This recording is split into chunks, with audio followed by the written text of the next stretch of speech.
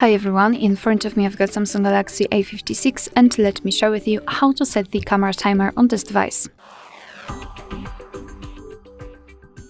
So let's start with opening the camera app, and currently we are in the standard photo mode, so let's focus on this 4 dots icon in the right lower corner, and on the third position we've got the timer, so let's tap on it.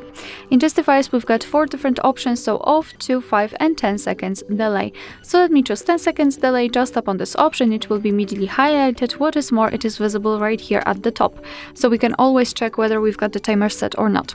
So now let's simply tap on the shutter button, and from now on your device will count down from 10, 5 or 2, depending on which option you've chosen, of course, and after that time it will take a photo.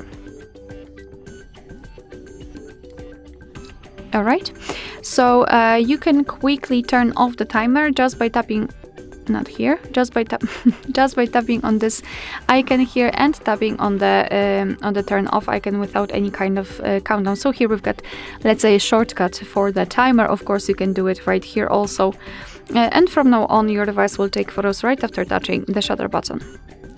Alright, so that will be all. Thank you so much for watching. Please hit the subscribe button and leave the thumbs up.